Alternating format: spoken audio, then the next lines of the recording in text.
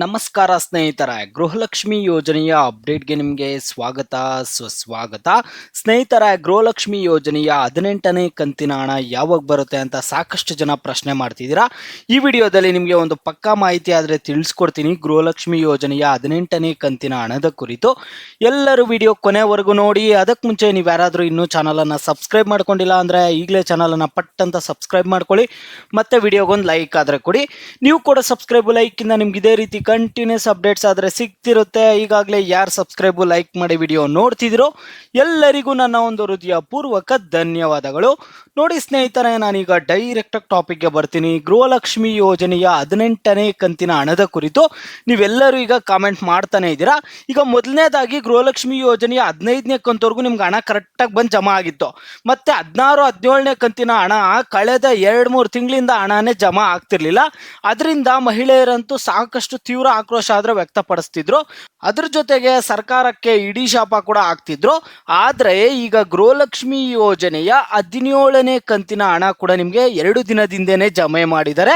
16ನೇ ಕಂತಿನ ಹಣ ನಿಮ್ಗೆ ಒಂದು ವಾರದಿಂದನೇ ಜಮಾ ಮಾಡಿದ್ದಾರೆ. ಅಂದ್ರೆ ನಿಮ್ಗೆ ಇದೇ ಮಾರ್ಚ್ ತಿಂಗಳಿನಲ್ಲಿ ಗೃಹಲಕ್ಷ್ಮಿ ಯೋಜನೆಯ 16 ಮತ್ತು 17ನೇ ಕಂತಿನ ಹಣ ಸರ್ಕಾರದವರು ನಿಮ್ಮ ಖಾತೆಗಳಿಗೆ ಜಮೆ ಮಾಡಿದ್ದಾರೆ. 16ನೇ ಕಂತಿನ ಹಣ 100% ಫಲಾನುಭವಿಗಳಿಗೆ ಎಲ್ಲಾ ಮಹಿಳೆಯರಿಗೆ ಬಂದು ಹಣ ಜಮೆ ಆಗಿದೆ. 17ನೇ ಕಂತಿನ ಹಣ ಬಂದ್ಬಿಟ್ಟು 90% ಮಹಿಳೆಯರಿಗೆ ಹಣ ಜಮೆ ಆಗಿದೆ. ಇನ್ನೊಂದು 10% ಮಹಿಳೆಯರಿಗೆ ಮಾತ್ರ ಗೃಹಲಕ್ಷ್ಮಿ ಯೋಜನೆಯ ಹಣ ಬಂದು ನಿಮ್ಮ ಖಾತೆಗಳಿಗೆ ಜಮೆ ಆಗಿಲ್ಲ 17ನೇ ಕಂತಿನ ಹಣ.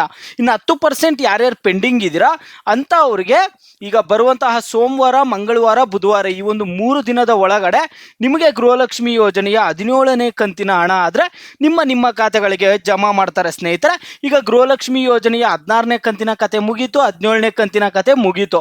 ಈಗ ನಿಮ್ಮ ಪ್ರಶ್ನೆ 18ನೇ ಕಂತಿನ ಹಣದ ಕುರಿತು. 18ನೇ ಕಂತಿನ ಹಣದ ಕುರಿತು ಲಕ್ಷ್ಮಿ ಹೆಬ್ಬಾಳ್ಕರ್ ಅವರು ಏನು ಹೇಳಿದ್ದಾರೆ ಅನ್ನುವಂಥದ್ದು ನಿಮ್ಮೆಲ್ಲರ ಪ್ರಶ್ನೆ ಆಗಿರುವಂಥದ್ದು ಸ್ನೇಹಿತರೆ. ಈಗ ಗೃಹಲಕ್ಷ್ಮಿ 18ನೇ ಕಂತಿನ ಹಣದ ಕುರಿತು ಲಕ್ಷ್ಮಿ ಹೆಬ್ಬಾಳ್ಕರ್ ಅವರು ಏನು ಹೇಳಿದ್ದಾರೆ ಅಂದರೆ, ಇದೇ ಮಾರ್ಚ್ ಮುಕ್ತಾಯದೊಳಗಡೆ ಗೃಹಲಕ್ಷ್ಮಿ ಯೋಜನೆಯ 18ನೇ ಕಂತಿನ ಹಣವನ್ನು ಬಿಡುಗಡೆ ಮಾಡ್ತೀವಿ ಅಂತ ಸರ್ಕಾರದವರು ಹೇಳಿದ್ದಾರೆ ಸ್ನೇಹಿತರೆ. ಹಣವನ್ನು ಬಿಡುಗಡೆ ಮಾಡ್ತಾರಂತೆ. ಈಗ ಹಣವನ್ನು ಬಿಡುಗಡೆ ಮಾಡ್ತಾರೆ. ನಿಮಗೆ 18ನೇ ಕಂತಿನ ಹಣವನ್ನು ಹಣಕಾಸು ಇಲಾಖೆಯಿಂದ ಮಹಿಳಾ ಮತ್ತು ಮಕ್ಕಳ ಕಲ್ಯಾಣ ಇಲಾಖೆಗೆ ಹಣ ಆದರೆ ಬರಬೇಕು. ಬಂದ ಮೇಲೆ ನಿಮ್ಮ ಖಾತೆಗಳಿಗೆ ಹಣ ಆದರೆ ಜಮೆ ಮಾಡ್ತಾರೆ ಸ್ನೇಹಿತರೆ. ಹಣವನ್ನು ಸರ್ಕಾರದವರು ಬಿಡುಗಡೆ ಮಾಡಿಬಿಟ್ಟು ನಿಮಗೆ ಹಣ ಎಲ್ಲ ಜಮಾ ಆಗೋದ್ರ ಒಳಗಡೆ ಏಪ್ರಿಲ್ 1ನೇ ವಾರ ಆಗುತ್ತೆ. ಏಪ್ರಿಲ್ 1ನೇ ವಾರದಲ್ಲಿ ನಿಮ್ಮ ಖಾತೆಗಳಿಗೆ ಬಂದು ಹಣ ಆದರೆ ಜಮೆ ಆಗುತ್ತೆ ಸ್ನೇಹಿತರೆ. ಹಣಕಾಸು ಇಲಾಖೆಯಿಂದ ಮಹಿಳಾ ಮತ್ತು ಮಕ್ಕಳ ಕಲ್ಯಾಣ ಇಲಾಖೆಗೆ ಹೋಗಬೇಕು. ಮತ್ತು ಅಲ್ಲಿಂದ ಬಂದು ನಿಮ್ಮ ಖಾತೆಗಳಿಗೆ DBT ಮುಖಾಂತರ ಹಣವನ್ನು ಜಮಾ ಮಾಡಬೇಕು. ಇದೆಲ್ಲ ಆಗೋ ಒಳಗಡೆ ಹಣವನ್ನು ಈ ತಿಂಗಳು ಮುಕ್ತಾಯದೊಳಗಡೆ ಹಣ ಬಿಡುಗಡೆ ಮಾಡಿಬಿಟ್ಟು ಏಪ್ರಿಲ್ 1ನೇ ವಾರದಲ್ಲಿ ನಿಮ್ಮ ಖಾತೆಗಳಿಗೆ ಜಮಾ ಮಾಡ್ತಾರೆ ಸ್ನೇಹಿತರೆ. ನೀವ್ಯಾರು ತಲೆ ಕೆಡಿಸ್ಕೋಬೇಡಿ 18ನೇ ಕಂತಿನ ಹಣದ ಕುರಿತು. ಈಗ ನೀವು ಮಾಡಬೇಕಾಗಿರುವ ಕೆಲಸ ಒಂದಿದೆ. ಗೃಹಲಕ್ಷ್ಮಿ ಯೋಜನೆಯ 16 ಮತ್ತು 17ನೇ ಕಂತಿನ ಹಣದ ಕುರಿತು. ಗೃಹಲಕ್ಷ್ಮಿ ಯೋಜನೆಯ 16ನೇ ಕಂತಿನ ಹಣ ಮತ್ತು 17ನೇ ಕಂತಿನ ಹಣ, ಈಗ ಗೃಹಲಕ್ಷ್ಮಿ ಯೋಜನೆಯ 16ನೇ ಕಂತಿನ ಹಣ, 17ನೇ ಕಂತಿನ ಹಣ ನಿಮ್ಮ ಖಾತೆಗಳಿಗೆ ಬಂದು ಜಮೆ ಆಗಿದೆಯಾ ಆಗಿಲ್ವಾ ಅನ್ನುವಂಥದ್ದನ್ನು ನೀವು ಪ್ರತಿಯೊಬ್ಬರು ವಿಡಿಯೋಗೆ ಲೈಕ್ ಮಾಡ್ಬಿಟ್ಟು ಕಾಮೆಂಟ್ ಮುಖಾಂತರ ತಿಳಿಸಿ. ಹಣ ಬಂದಿದ್ರೆ ವಿಡಿಯೋಗೆ ಲೈಕ್ ಮಾಡ್ಬಿಟ್ಟು ಕಾಮೆಂಟ್ ಮುಖಾಂತರ ಹಣ ಬಂದಿದೆ ಅಂತ ತಿಳಿಸಿ.